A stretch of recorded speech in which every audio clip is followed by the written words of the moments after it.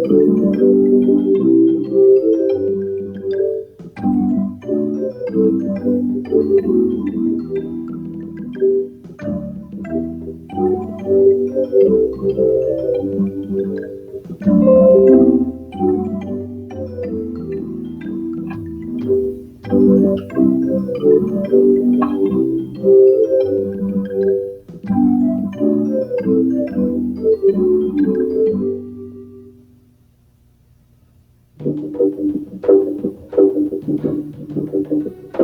live on the island of Hispaniola in the Caribbean Sea.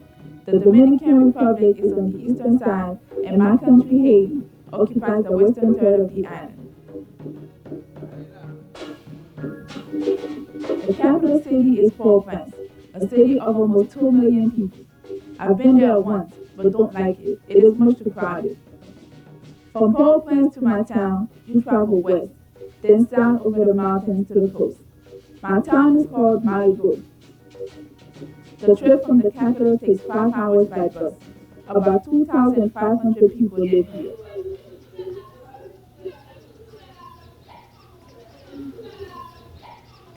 This row of houses was built by the government after the hurricane of 1954. Each has 2 rooms. My family lives here in this one.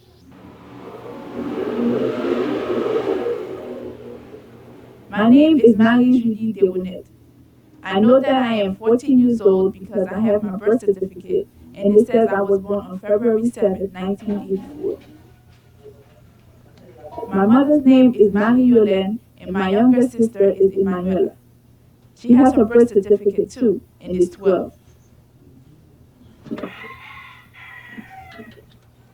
My grandmother, my mother's mom, Germaine, lives with us. My father lives in Port-au-Prince but has nothing to do with us. Today, Emanuela and I have morning classes. My mom makes sure we look nice before leaving. Our town is famous, sort of, because the liberator of Haiti, Toussaint Louverture, stayed here with his army for 3 days in 1799. Toussaint was a former slave. Almost all Haitians are descendants of African slaves, brought here by the Spanish and French colonialists in the 16th, 17th, and 18th centuries. Toussaint fought for our independence, which we won in 1804. We celebrate Independence Day on January 1st. Our country is very poor, and to tell the truth, it always has been poor, the poorest in the Americas. There is very little work for the people, and money is scarce. Just getting food to eat each day is a very big worry. Emanuela and I both go to school each day from 8 a.m. to 1 p.m. This is my only uniform. It costs $45, so I must make it last. Everyone here knows that education is very important, but most parents don't have money to buy pencils, notebooks, and clothes, so their children don't go to school. Our language is Creole. Only the Haitian people speak it. We learn French and English, but not nearly enough to speak it well. I am in the 7th grade. I like most of my subjects, especially languages and natural sciences like this class, but I dislike math.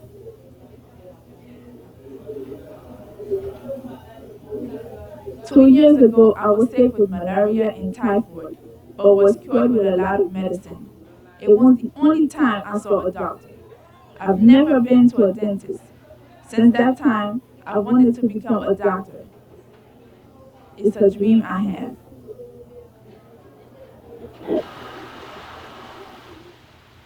Like many women here, my mother earns a little bit of money by washing and ironing clothes for people.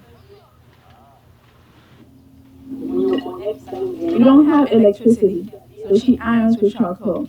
She doesn't earn a lot of money ironing, but as we say, petit petit fait pile, every little bit adds up. We don't own a radio. Few people here do. I've seen television a couple of times during the town feast.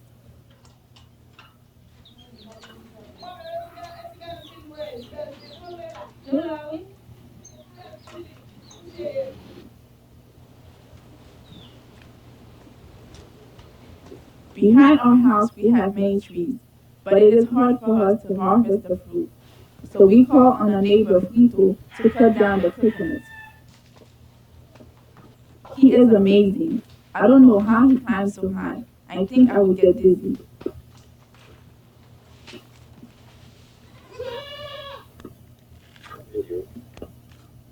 He quickly cuts away the outer green husk with his machete. Then he chops off the top of the coconut. It's like opening the top of a bottle. We drink the coconut milk and eat its soft, sweet meat.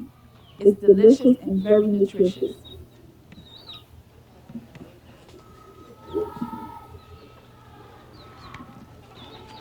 Another tree in our yard produces breadfruit. Because it is so plentiful, it is called the fruit of the poor. I don't think it has any taste.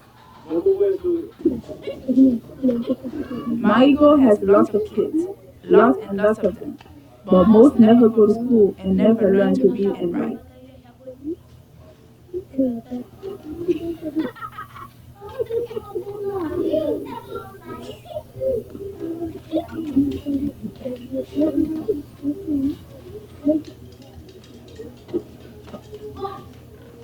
A few get work hand in the nest the fishermen use here. That is the work most men do here. Fish in the waters for sardines and larger fish.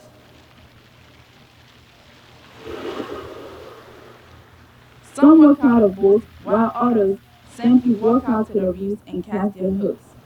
It may seem strange, but few of us have ever learned to swim.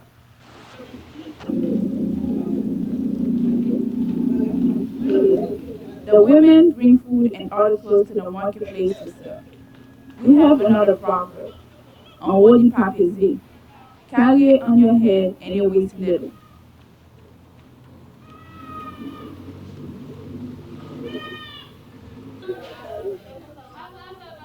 The women spend all day hoping someone will buy their products.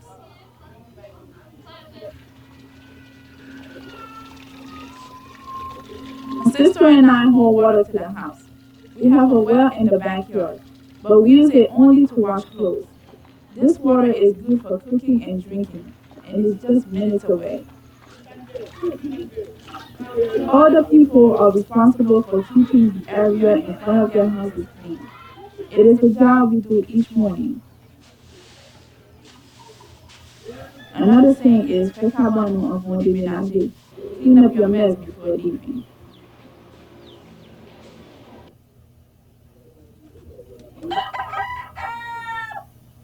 One sport that is very popular among the men here is cockfighting.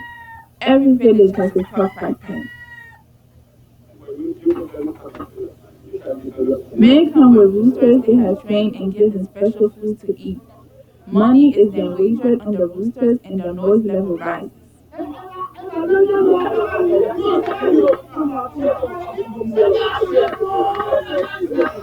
Two roosters are set loose in the pen to fight each other. They fight with their wings and beaks. They also hit each other with spurs on their legs that the owners have sharpened into points.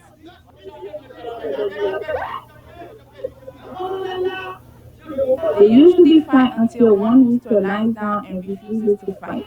Rarely does a rooster die. I don't like cockfights at all. In fact, women aren't even allowed inside.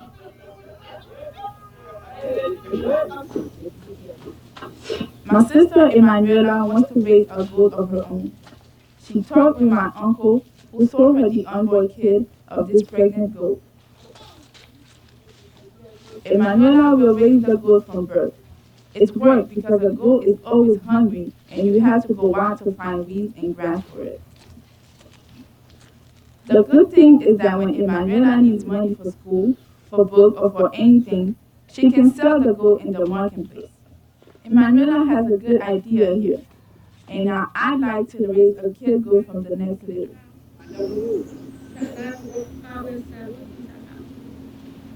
Since our houses are so small, the streets are always full of people. Each day, many people take the bus to nearby Chakmel or to Port-au-Prince. In Marigot, there are a couple of stores, but for the most part, we buy from people who sell in front of their homes, like my grandmother here buying charcoal from our neighbor. Everyone in Haiti who sells charcoal made from tree branches, and that's a big problem.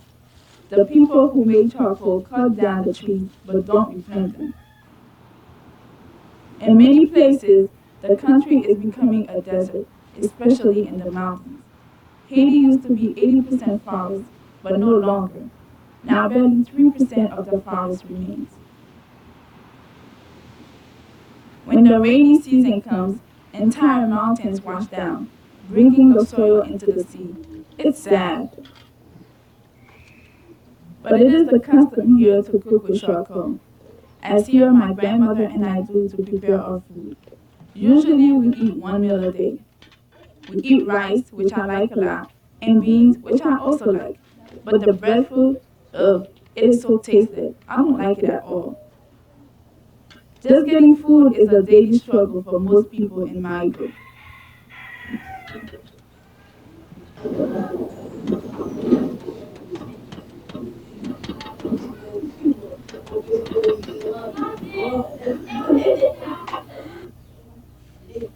Thanks to the sea, we buy sardines once or twice a week from the fishermen. 4 sardines sell for 10 cents. We almost never eat any meat or drink milk. All those foods cost too much. It's only during times like the town feast that we spend money on these special foods.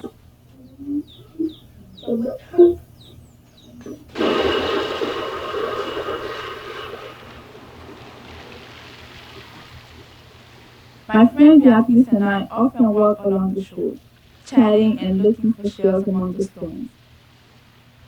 It is so peaceful. The sound of the waves is music to my ears.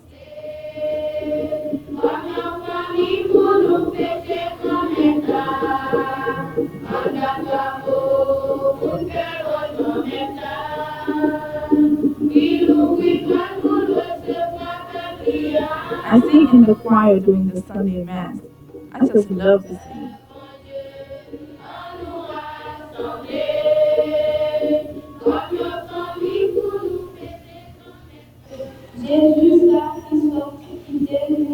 I'm also a lecturer and read from the Bible. I like that a lot. It makes me feel good as a woman to be before all the people. We